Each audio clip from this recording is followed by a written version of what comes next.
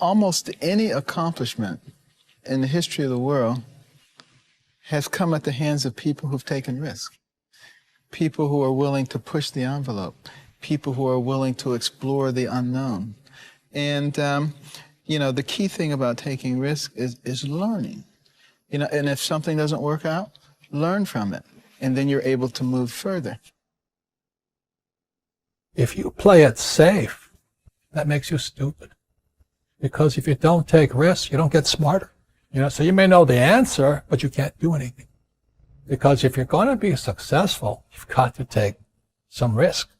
And when you take a risk, you make a mistake, and you might learn something, because we're supposed to learn from our mistakes.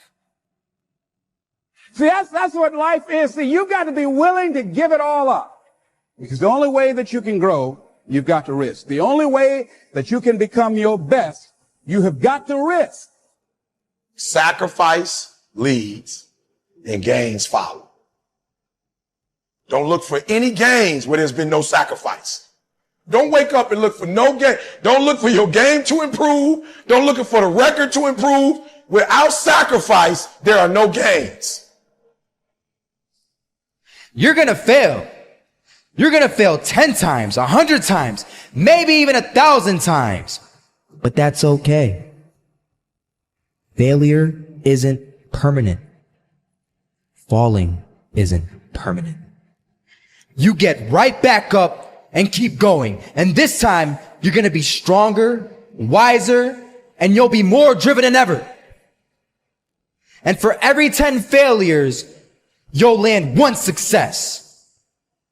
You have to love success so much that you're willing to fail 10 times before you can succeed once. That's how a winner does it. Here's something else. Want to create a greater sense of fulfillment? Challenge your fears. Challenge them. Look those fears in the face and take them on. Don't allow them to rule you. Decide that you're going to take some chances. And something else will take its place. If I quit, however, it will last forever. I dare you to take a little pain. I dare you. I dare you not to go home. Somebody said, I can't go home, I feel bad. Go through it. You ain't gonna die. At the end of pain is success. You've got to be willing to risk. If you're not willing to risk, you can't grow in life. Life has no power when you're not willing to risk. It said to laugh is to risk appearing the fool. To weep is to risk appearing sentimental. To reach out for another is to risk involvement. To expose feelings is to risk exposing your true self. To place your ideas, your dreams before a crowd is to risk their loss. To love is to risk not being loved in return. To live is to risk dying. To hope is to risk despair. To try is to risk failure. But risk must be taken, because the greatest hazard in life is to risk nothing. The person who risks nothing, does nothing, has nothing, is nothing. They may avoid suffering and sorrow, but they cannot learn, feel, change, grow, love, and live. Chained by their certitudes, they are a slave. They have forfeited their freedom. Only a person who risks is free.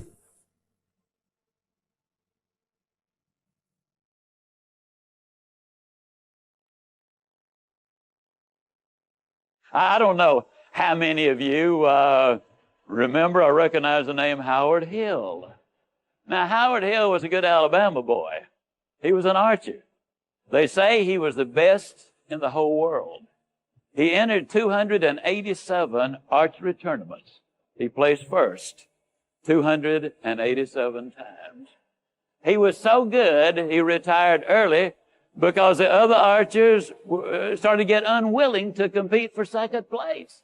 I've seen newsreels of Howard Hill where from 50 feet away, he had split an arrow dead center in the bullseye. Then he would take the next arrow and split the first one.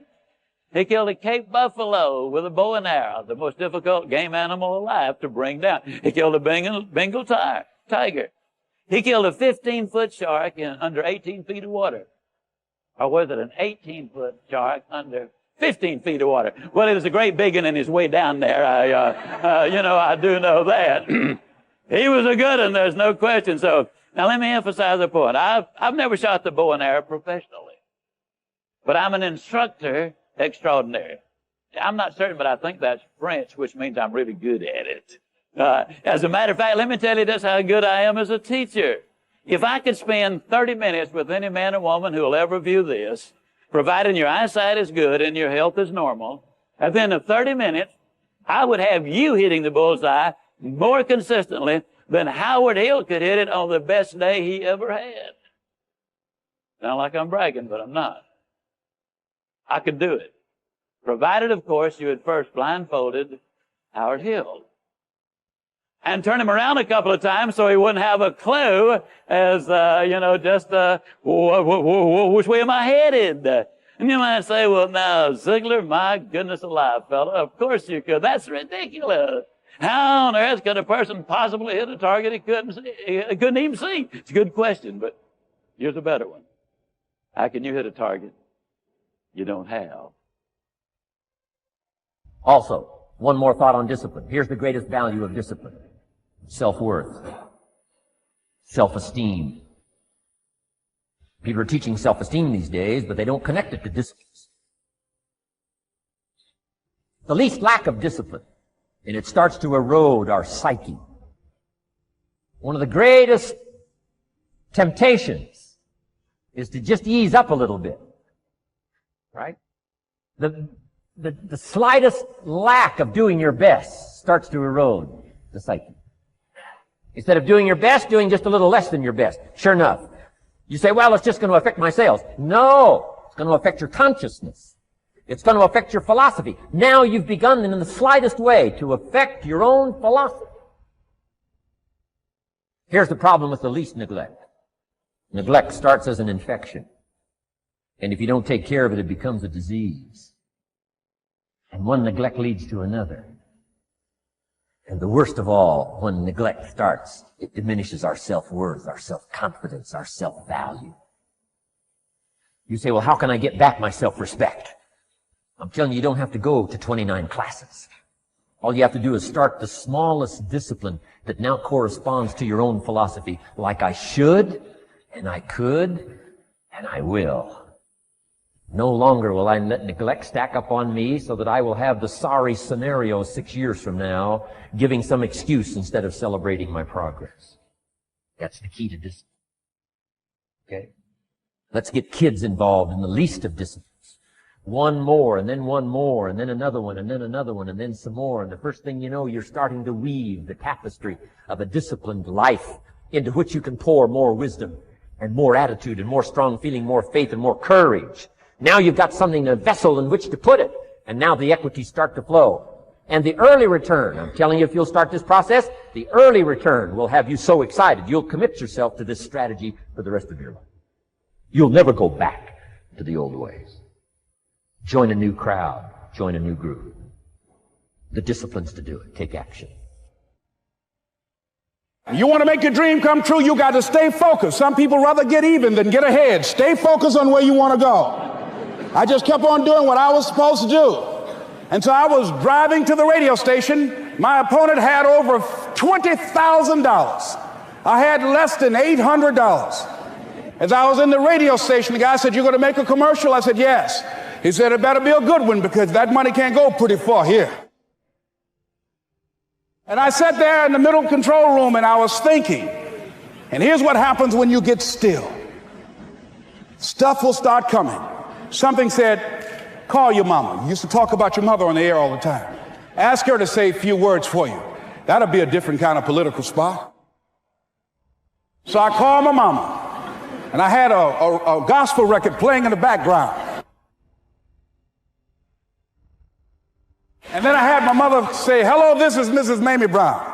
When I raised my sons, I raised them to be good children. When they got out of hand, I beat their behind and made them go right. Please vote for my son. He's a good boy." Usually in the state representative race, maybe 3,000 or 4,000 people will come out to vote in a primary. In that primary race, over 27,000 people came out and voted and said, "I'm voting for Les Brown because his mama said he's a good boy." I won, ladies and gentlemen. I won.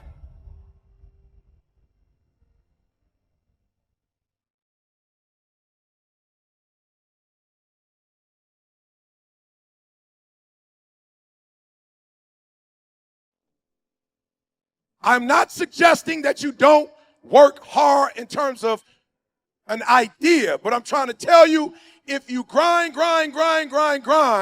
you will be broke the rest of your life or you will barely make it. This society did not become rich by workers. It came rich by the people who knew how to put the workers to work. I heard a poem once that said, many a flower has bloomed unceasingly and wasted sweetness upon the cold desert air. It's translated, that means simply that many a talented persons have gone unnoticed, and the world never had a chance to be exposed to their talent because that person did not take the time to begin to express or to demonstrate or to motivate themselves in the direction to bring that which they came into the universe to bring. If you can identify your God-given gift, that's your greatest chance for success. Because God gave all of you a gift. All of you are gifted. Every last one of you. God gave you a gift at birth. He gave it to you. You ain't got to look for it. It's inside you. It's the thing that you do the absolute best with the least amount of effort. When you are living in your gift, when you get up in the morning to go to work, you're overjoyed. This is how you know you're not living in your gift. If you are waking up in the morning and you can't stand waking up because you don't want to go to your job, it's because you are not living in your God-given gift. God created you to have a life of abundance, to wake up in a joyous spirit. If you're not, it's because you have not tuned in to what God created you for. The separation of talent and skill is one of the greatest misunderstood concepts for people who are trying to excel, who have dreams that want to do things. Talent you have naturally. Skill is only developed by hours and hours and hours of beating on your craft. Life is not just watching the clock tick away. Life is a collection of experiences. Their intensity, their frequency. Whatever the span of your life turns out to be, here's what you want to fill it up with: experiences and the intensity of those experiences. Here's one of the best ones we covered earlier. When should you start building this hotel? Answer: as soon as you have it finished. When should you start the day? As soon as you have it finished. Plan the day the best you can, leaving plenty of room for improvising and surprises and all the stuff that happens during the course of the day. But if you've planned a good, productive day, now you start that day, you can't believe how much more valuable your time will be. Don't start the day until you have it finished.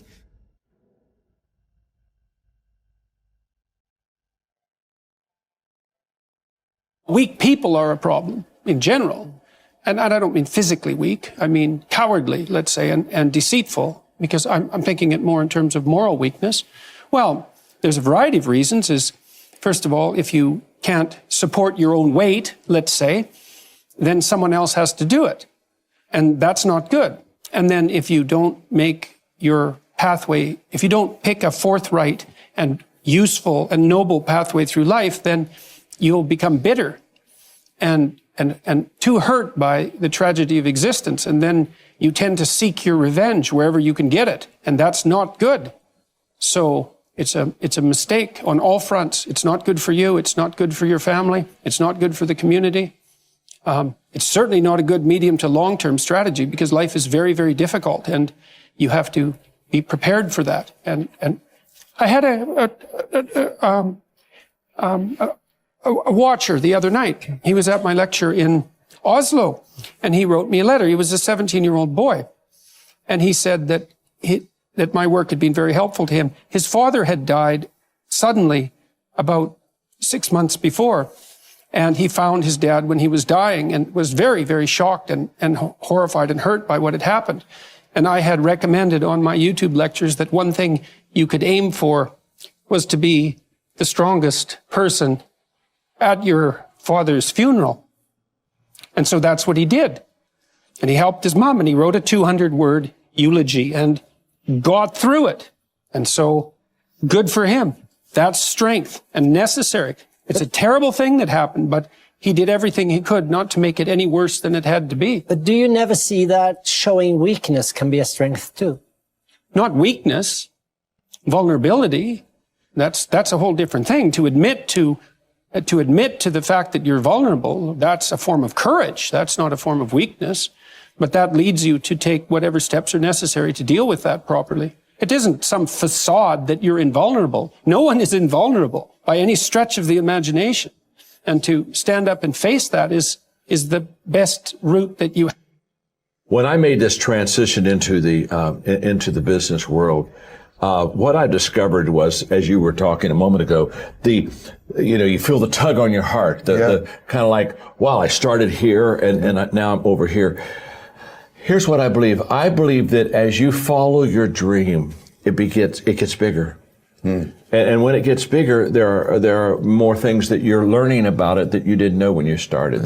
In the beginning, the dream is just, it's just very little, and you can kind of see it. So you go that way, but then it begins to expand. Yes. And for me, it's a calling. And let me just say this: I'm not trying to be over spiritual, but somebody asked me the other day what a calling was, and I like kind of my new definition for calling. Okay. In fact, in my book, Leader Shifts, one of my chapters is shifting from career to calling, and how perfect, and how do I make that shift? But I think a calling is a purpose with a divine touch.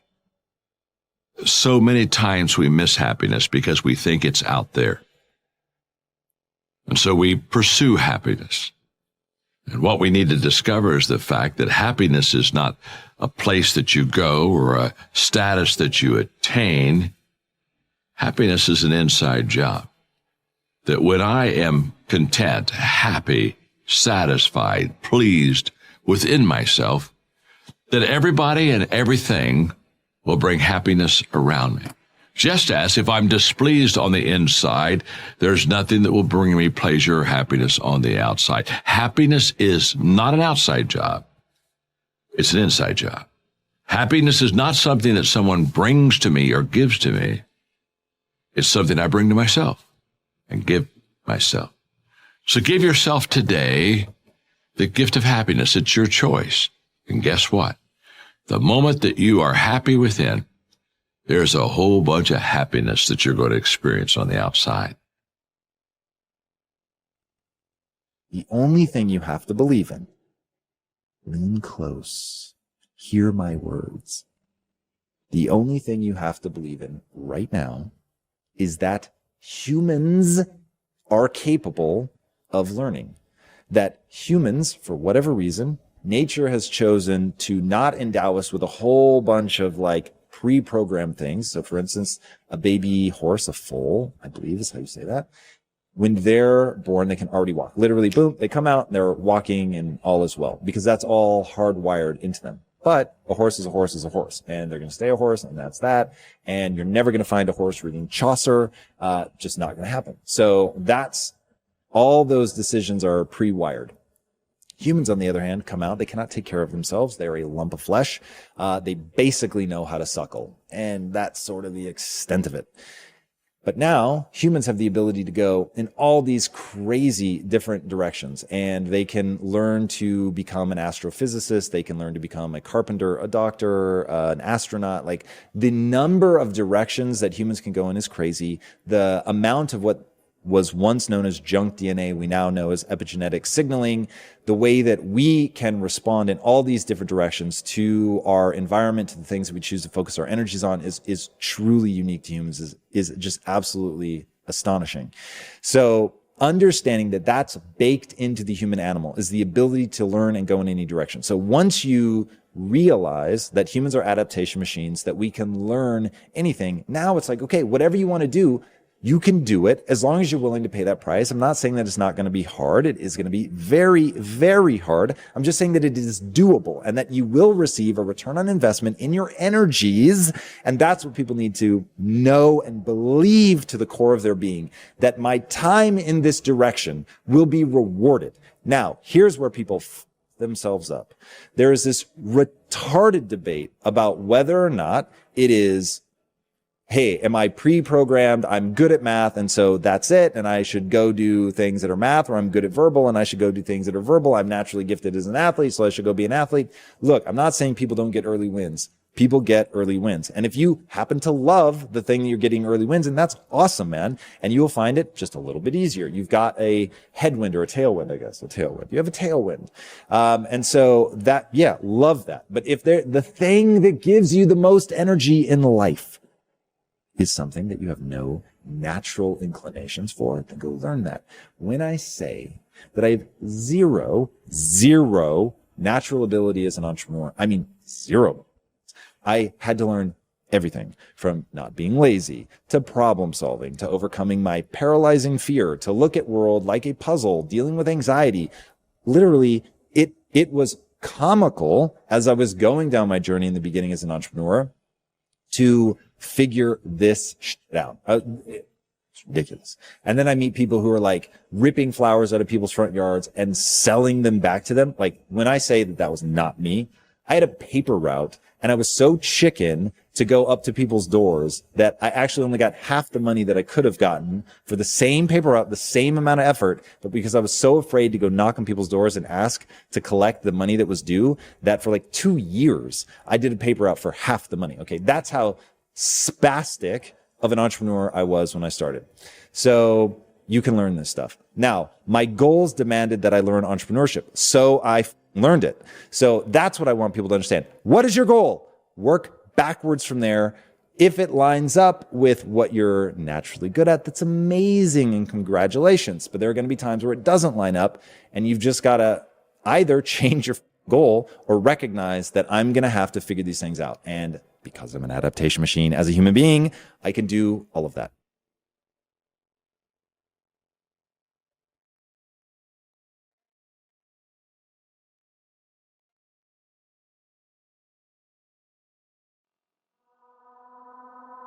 Life can throw you some curves.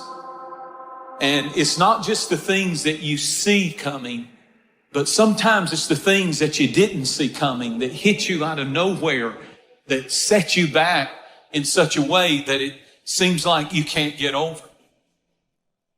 I was in my comfort zone. I was doing just enough to get by. I was working on a job. They paid me just enough to keep me from quitting, and I worked just hard enough to keep from getting fired. I was parked. I knew I could do more. But when my mama died, it took something out of me.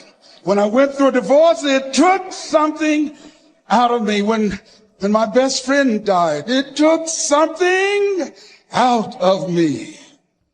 I paused. And somebody said that life is like an onion. You have to peel it one layer at a time. And sometimes you cry.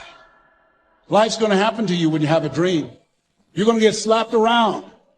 And don't take it personal. Don't ask, why did this have to happen to me? Why not you? Who would you suggest? You want to give us some names, some email addresses? And don't tell everybody. 80% don't care, and 20% glad it's you.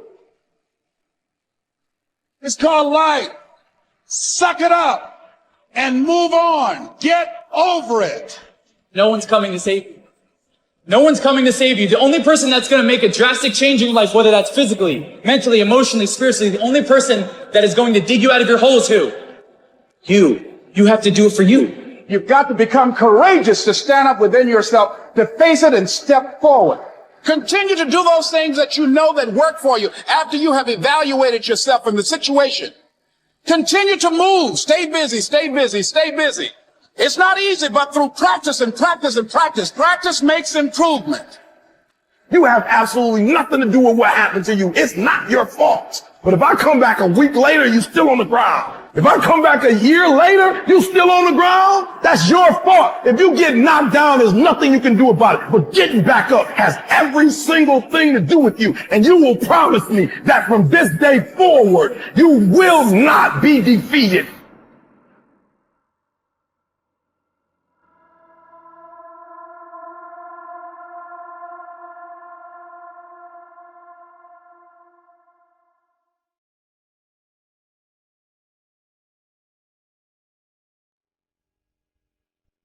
All of the people that I know who have become successful in any way use a structured means to organize their time.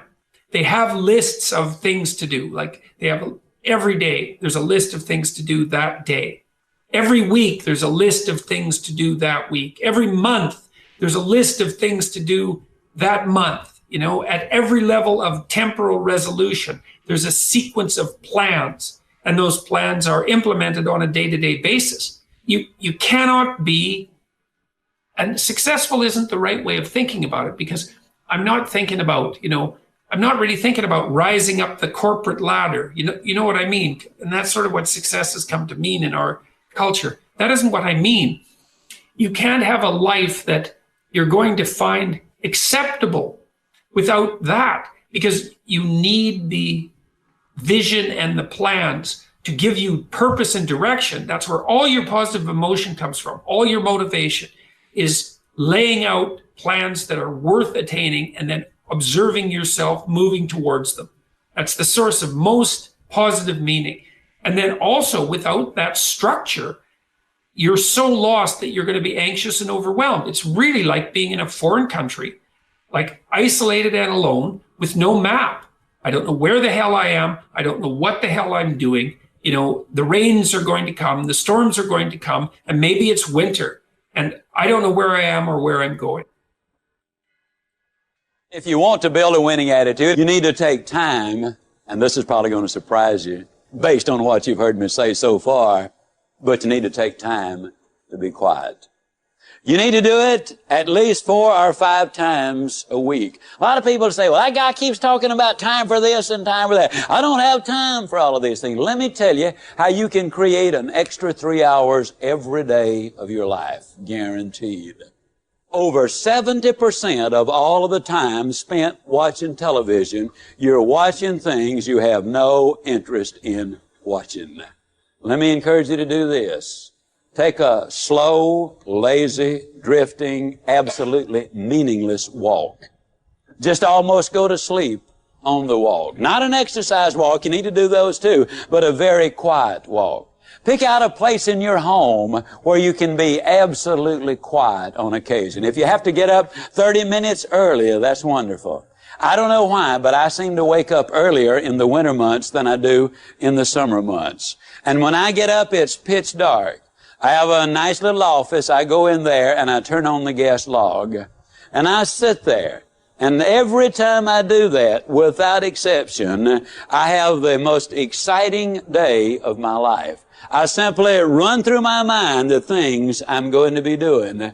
As you plan the day, as you think of all of the things we've got to be excited about, it really does renew your energy and it gets you excited about the day. Now let me tell you something.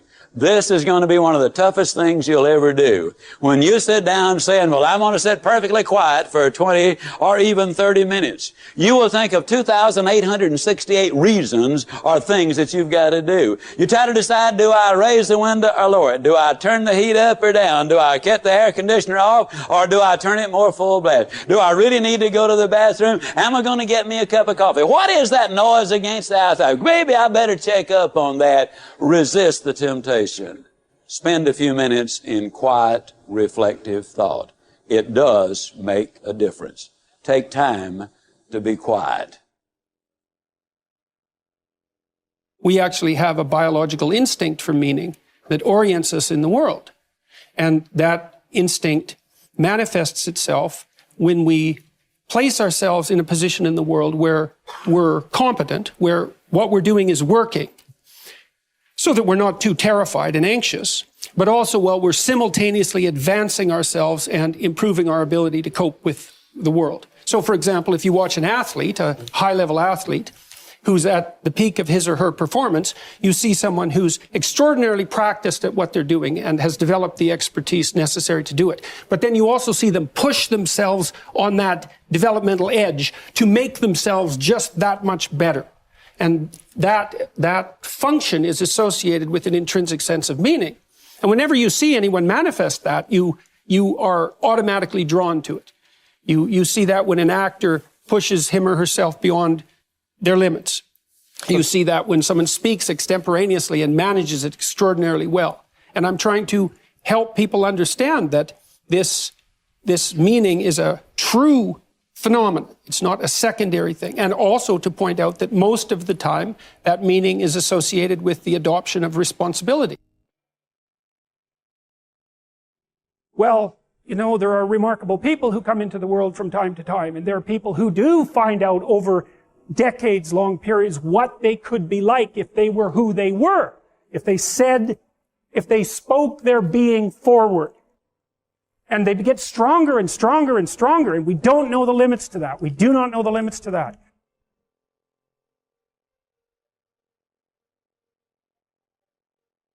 I think one of my greatest inspirations or things that I would feed off of basically was just obviously people not believing in the cloud of doubt that kind of I felt hung over my head and wanted to just prove everybody wrong. You know what I mean? I wanted to make it, and I was going to make it regardless of what anybody said.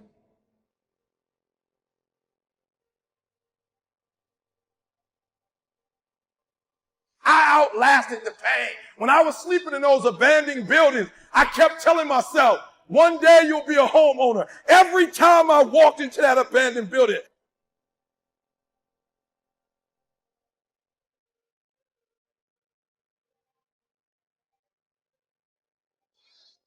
my greatest moments are probably the moments where I hit rock bottom, where everything was against the wall, where I failed, and I had to find intestinal fortitude with no one around and pick my ass up and reface what knocked me down, this time beating it. It's those moments in life that really build character. It's not the titles. It's not when the crowds are cheering. It's when no one's cheering. Who are you?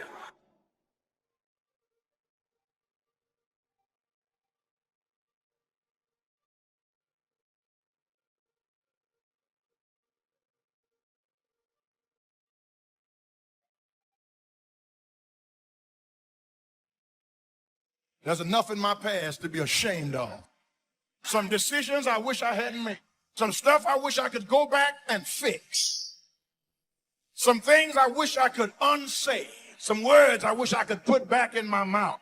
Some actions I wish I had never taken, but they're in my past. And I'm not going to let you hold up my past as a mirror when God wants me to use it as a window. When you're in that darkness, you want to sit there and wait for the light to come. But you can't wait. The only way out is to step forward, to face your fears, to become your own light. There's going to be a lot of times y'all about to fail. We are all a work in progress. But in that moment, I want you to remember the power of you. What you have and who you are is enough. Live like a warrior. And warriors are always in fight mode. Because this thing called life, it's challenging. You got to fight for peace of mind. You got to fight to stay away from toxic, negative, energy-draining people. You got to fight to put all your efforts and energy into things that's productive and purposeful. You can train yourself. You can condition yourself that this is my moment. This is my time. This is my Super Bowl. There will be no commercial breaks. This is my stuff. So it's really about you being in the state where you execute. Knowledge is not power. It's total BS. Knowledge is potential power. Execution trumps knowledge every day of the week. And so my life is how do you get yourself to execute? And execution comes from learning to put yourself in that right state every day. You want to become a diamond. Your whole attitude change, your whole mindset, your thinking, your relationships, the decisions that you make, how you spend your time, your energy, all of it changes. You're going to determine the outcome of your life. You're going to determine whether or not your life is exciting or whether or not it's boring. You determine that. And those people who know that, they move with a sense of urgency. They move with purpose and direction. They work and they manage their time effectively. And it is work to maintain the discipline. That's what it is, work. So work through the weakness. Fight through the temptation. Hold the line. It is not easy, but it is worth it. Yes. Because discipline equals freedom.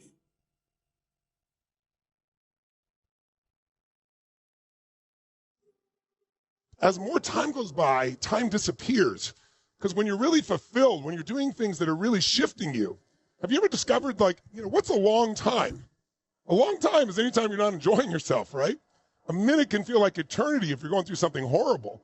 But if you're having a great time, hours can go by, a day can go by so quick. So time is really emotion. And what we want to do here this week is see if we can't give you just some key principles each day, tools, and then take some action so we get that momentum going. So you really do set yourself up without any hyperbole, without any BS, without positive thinking. Truly set yourself up to make 2021 your best year. Because to make it 21 your best year, you got to make you move to the next level. Who's with me on this? Say I. Say I.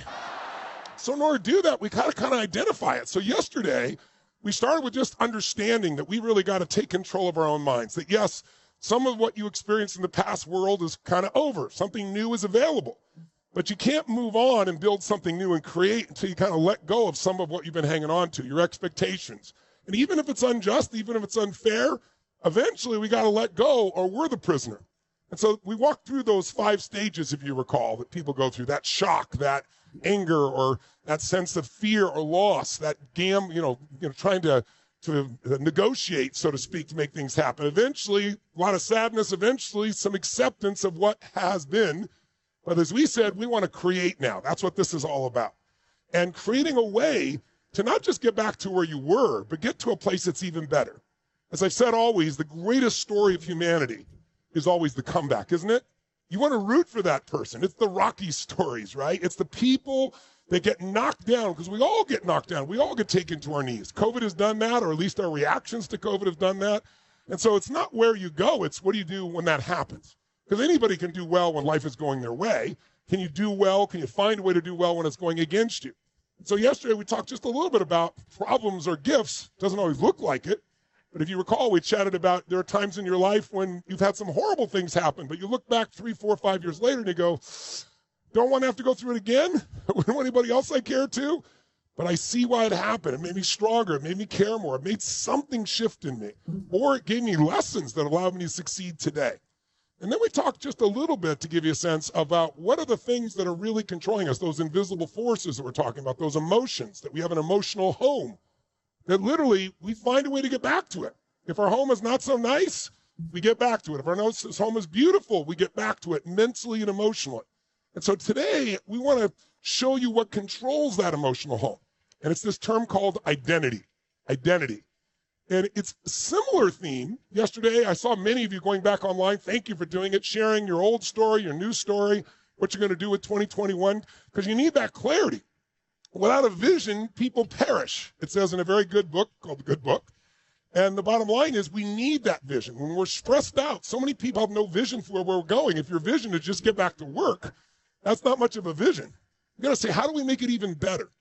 But to do that is going to require a different you than the one might be overwhelmed or stressed. And that's why we walked you a little bit through the warrior and the lover and the magician and the king or queen or the sovereign. How many of you got a lot out of yesterday and it's still with you today? You're going to build on it here. Say I. Awesome. So today, when we talk about identity, what are we really talking about? Please jot this down as a phrase. It's a long phrase, but jot it down because it's critical. Because when I started working with people, I started studying every tool I could find that could help people change quickly. And it wasn't because I was an intellectual. I wanted to change me. I was in high school. I loved people, but I wasn't the most popular kid in school. In fact, the most popular kid in school treated me and my friends like dirt, like trash. He was mean as hell. I thought, how could he be popular? And it made me want to understand human psychology and what drives people and where they are. And plus, I was fat and short. I was 5'1". And so I had to figure out what to do to turn myself around. So I wanted to learn every tool. And a lot of things I did gave me a change for a short term, but then I go back. Who's experienced this? Either like with your weight or your finance, you start to make money or drops back, or in a relationship, right? And it's like it would piss me off. I'd be mad at myself. But I know many of you do this because it's human nature. Like we have high expectations for ourselves. Somebody like you comes to an event like this, you're pushing yourself to be more, to do more, to create more. And I used to beat myself up like, why aren't I doing this? But there's a problem with beating yourself up. Does anybody know what it is? When you beat yourself up, one of the critical elements to taking action, for solving things, for having a great psychology is energy. And when you beat yourself up and you say, I should have done this, or why didn't I do this, or what's wrong with me? Does your energy increase or decrease? Guys, show me which one. You know damn well it decreases. So what it actually does is it becomes a trap. The more you beat yourself up, the worse you get. And then you beat yourself up more, and now you're in this vicious cycle. 3 major parts to personal development. Number 1 is physical part. Part of success is physical. Some people don't do well because they don't feel well.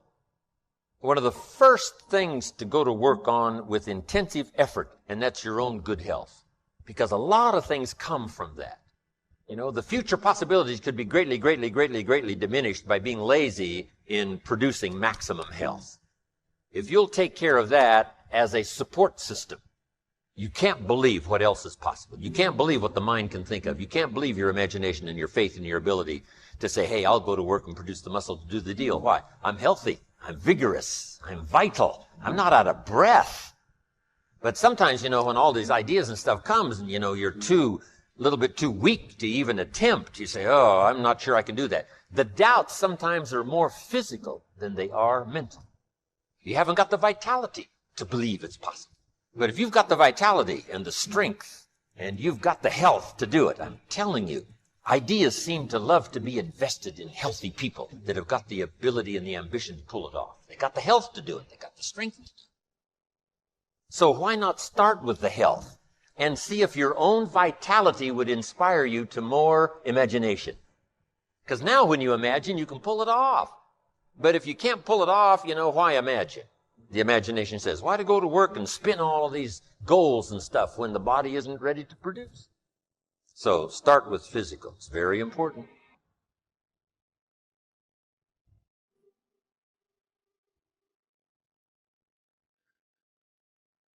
How do you respond when you find yourself dealing with situations that are very painful? In fact, you get rejected, somebody walks out on you. You feel like they were dishonest with you. They didn't tell you the truth. You feel lonely. You feel hurt, very discouraged. When you think about all the things that happen to people and the reactions we have, how do you feel? Do you just want to say, you know what? I don't have to put up with this anymore.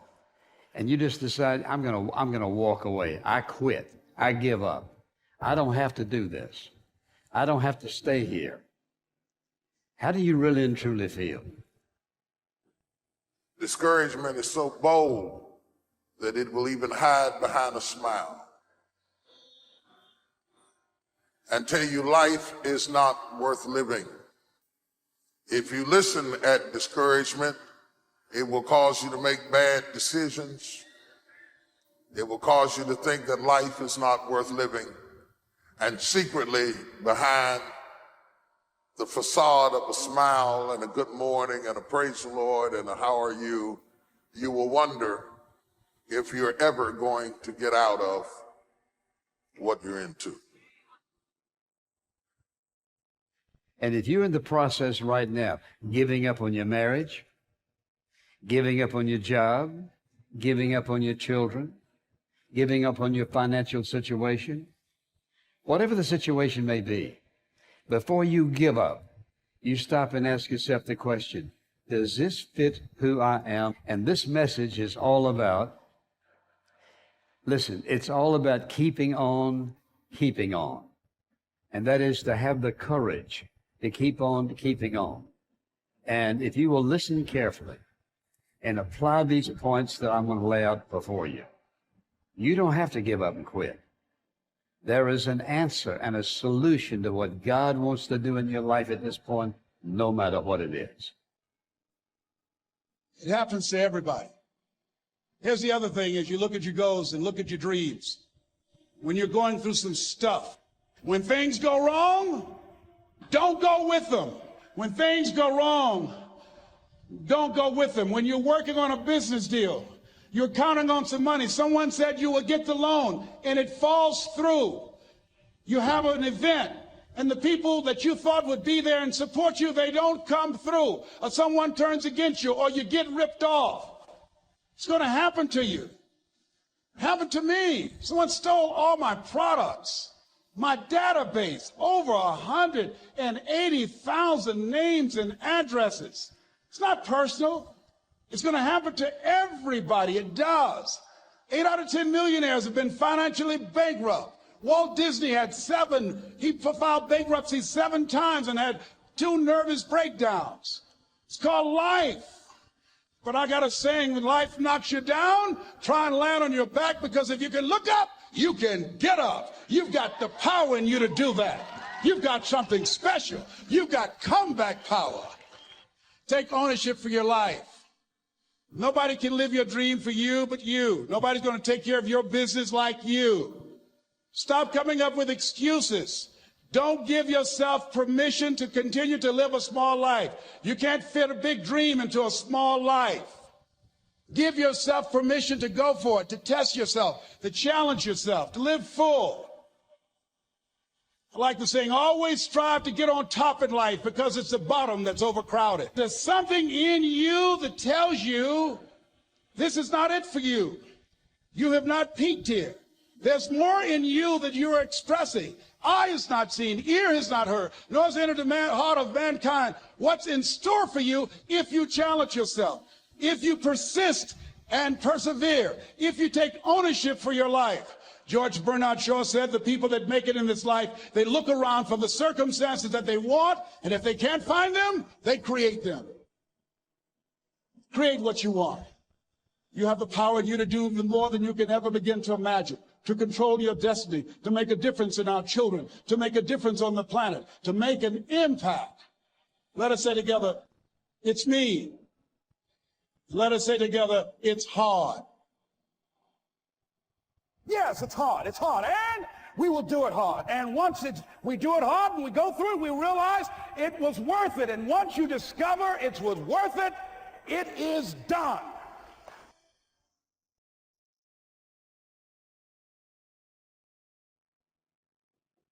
What's at the core of achieving the good life? The major key to the good life. The major key is not in learning how to set goals. It is not in learning how to better manage your time. It is not in mastering the attributes of leadership. Every day in 1,000 different ways, we are trying to improve ourselves by learning how to do things. We spend a lifetime gathering knowledge in classrooms, in textbooks, in experiences. Now, if knowledge is power, if knowledge is the forerunner to success, then why do we fall short of our objectives? Why, in spite of all our knowledge and in spite of our collective experiences, do we find ourselves aimlessly wandering, settling for a life of existence rather than a life of substance? There may be many answers to this question. Your answers may be different than your associates or your spouses or your friends. While there may be many answers to this question, the fundamental answer is the absence of discipline. Applying all that we know. That's the key word, discipline. Self-discipline. We might add one more word here, consistent. Consistent self-discipline. It doesn't really matter how smart you are or how much you know if you don't use it. It doesn't really matter that you graduated magna cum laude if you're stuck in a low-paying job. It doesn't really matter if you attended every seminar that comes to town if you don't apply what you've learned. Better than knowledge is applied knowledge. And once we've applied our knowledge, we must study the results of that process. Apply our knowledge, study the results. Refine our approach.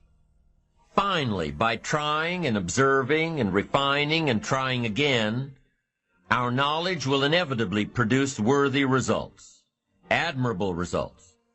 And with the joy and results of our efforts, we continue to apply, to learn, to observe, to fuel our ambition with the positive reinforcement of continued progress. Pretty soon, we'll find that we're swept into a spiral of achievement, a vertical rise to success. And the ecstasy of that total experience makes for a life of triumph over tragedy, dullness, and mediocrity. But for this whole process to work for us, we must first master the art of discipline, self-discipline, consistent self-discipline. Now, when you decide to act, you're going to have some people like that. We're no longer friends. I lost sleep over that, ladies and gentlemen. I said, I can't believe that. I remember sitting up one night looking at the phone. I said, I got to call him. He said, no. Then I said, no, forget that. I called, man, look here, we've been knowing each other too long to allow this to come between us. He said, don't call me anymore, and hung up. And then I wanted to think about what can I do to make it up to him? And then something came to me, less. What do you have to prove? See, many things we don't do is because of the fact we want people to like us. There's some necessary losses in life. When you decide acting in your best interest, you're going to lose some friends. Everybody's not going to approve of you. There's some people that won't like you. Who do you think you are? You're arrogant. What do you think you can do? You think you can get away with that? You're selfish. Thanks, I got that. It's my life. And so what I'm saying to you is that as you begin to look out on your life, this is challenging. This is not easy acting. So what are the things that we can begin to do to harness our will? Number one, you've got to bring it out and look at it. You've got to take the power out of it. You've got to expose it to the truth.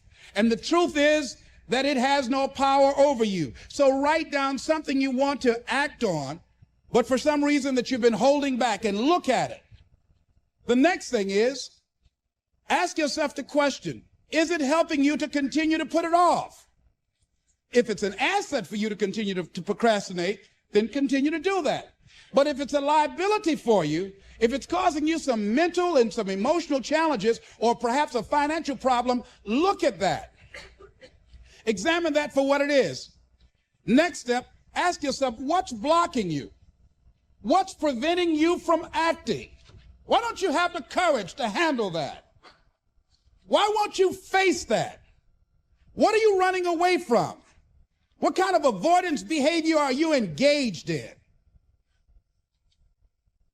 Next is, what is the worst thing that can happen when you take action? So I looked at that, and I said, what's the worst thing can happen when I tell him this? He can say, I don't like you, and he did. Now what happened? I experienced that, I looked at that, I saw that, and guess what, ladies and gentlemen? I didn't die. My feelings were hurt a little bit. I lost some sleep about it, and sometimes I think about it when I drive past his house, but I'm still here. It's uncomfortable, but it's okay. It doesn't bother me anymore. I've gotten used to it now. So what is the worst thing that can happen? I want you to visualize that, experience that, feel the nervousness and the discomfort. And the more you run it in your mind, the less power that it will have. If you think about what makes up who we are. So obviously there's genetics. There's our genetic makeup. So our predisposition, our propensities. And that makes up a percentage of how we see the world and how we show up. But then the rest of it, we're trained on. So we're trained to see the world a certain way. So there are certain people that have something called a negativity bias. And a negativity bias is nothing more than they see the negative first. It's not that they don't see the positive, but they see the negative first.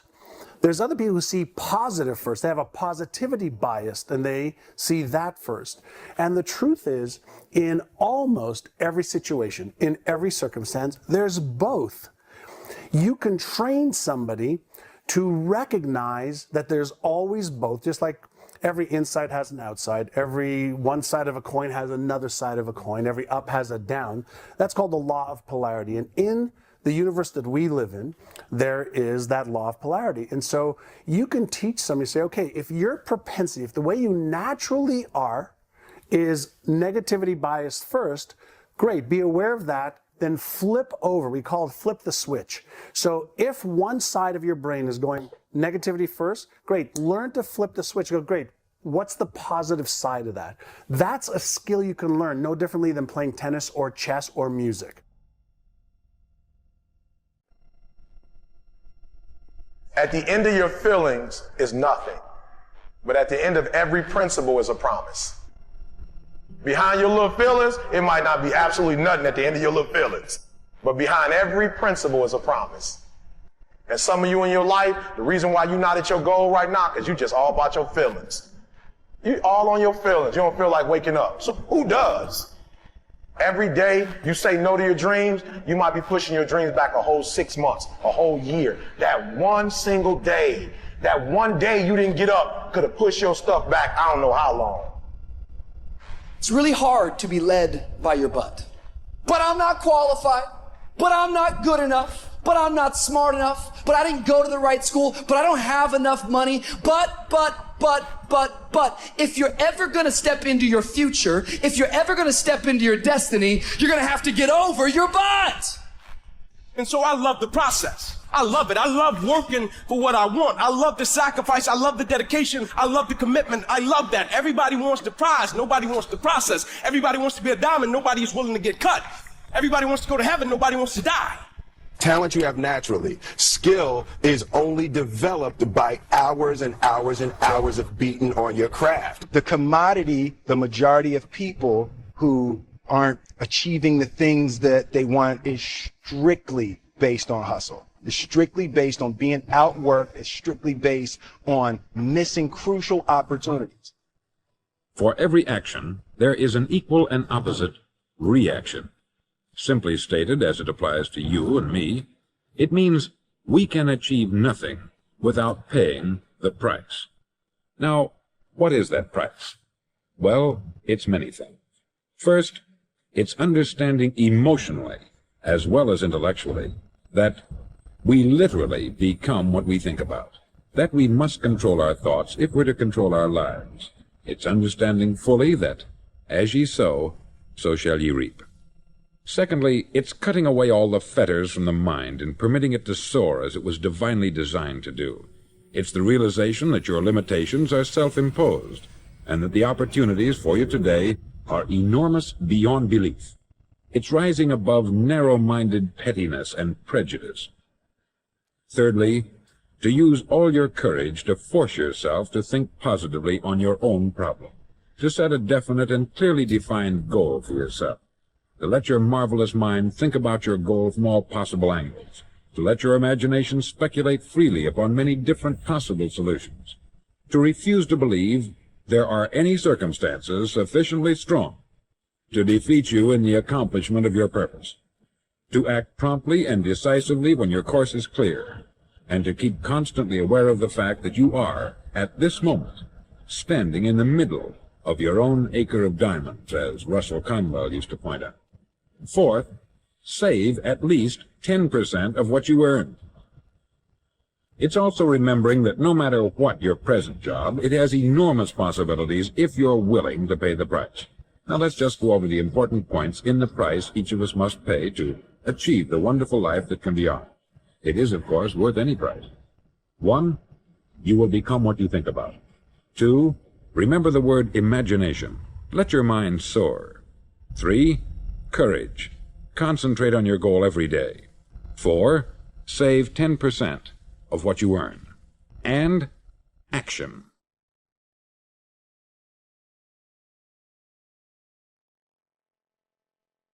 So as I was saying, well, you're going to try to make yourself more industrious. Okay, number one, specify your damn goals, because how are you going to hit something if you don't know what it is? That isn't going to happen. And often people won't specify their goals too, because they don't like to specify conditions for failure. So if you keep yourself all vague and foggy, which is real easy, because that's just a matter of not doing as well, then you don't know when you fail. And people might say, well, I really don't want to know when I fail, because that's painful. So I'll keep myself blind about when I fail. That's fine, except you'll fail all the time then.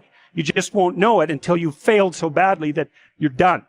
And that can easily happen by the time you're 40. So I would recommend that you don't let that happen. So that's willful blindness, right? You could have known, but you chose not to. I often ask somebody, what are you going to do the next 6 months? And somebody starts to tell me. I say, no, don't tell me. Show me. Show me your game plan for the next 6 months. Then I can look at things and maybe I can help. But you got to operate from paper. Put it on a game plan. Take action on what you found out. Now here's the best word I know of to go with action. Massive. See, that'll change everything. Massive action is called the cure-all. If you're going to make calls, make a few thousand. If you're going to make contacts, make a few thousand. If you're going to knock on doors, knock on a few thousand. See, that'll change everything. Okay, so once you get your goal structure set up, you think, okay, if I could have this life, looks like that might be worth living, despite the fact that it's going to be, anxiety-provoking and threatening, and there's going to be some suffering and loss involved and all of that, obviously.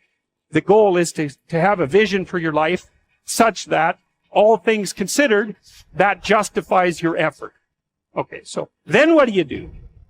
Well, then you turn down to the micro routines. It's like, okay, well, this is what I'm aiming for. How does that instantiate itself day to day, week to week, month to month? And that's where something like a schedule can be unbelievably useful. Google Calendar. It's like, make a damn schedule and stick to it. Okay, so what's the rule with the schedule? It's not a bloody prison. That's the first thing that people do wrong. They say, well, I don't like to follow a schedule. It's like, well, what kind of schedule are you setting up? Well, I have to do this, then I have to do this, then I have to do this, and then I just go play video games, because who wants to do all these things that I have to do? It's like, wrong. Set the damn schedule up so that you have the day you want. That's the trick. It's like, okay, I've got tomorrow. If I was going to set it up so it was the best possible day I could have, practically speaking, what would it look like? Here's the language of the poor. I'll try it a time or two and see what happens. It's the way poor people talk. The guy says, well, I'll give it 30 days. 30 days. You could guess his bank balance.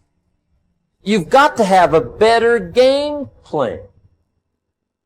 So here's one of the major things to do starting tomorrow. Take a look at your game plan. If it isn't loaded with massive action, change it tomorrow. The formula really works like this. Pick up a good idea, take heavy action. Pick up a couple of good ideas, take heavy action. As soon as you blame, shame, or justify, you are disempowering yourself instead of being responsible for your emotions, your feelings, your attitude, and your actions. When you take responsibility, then you are not at the mercy of the outside world and what happens in the outside world.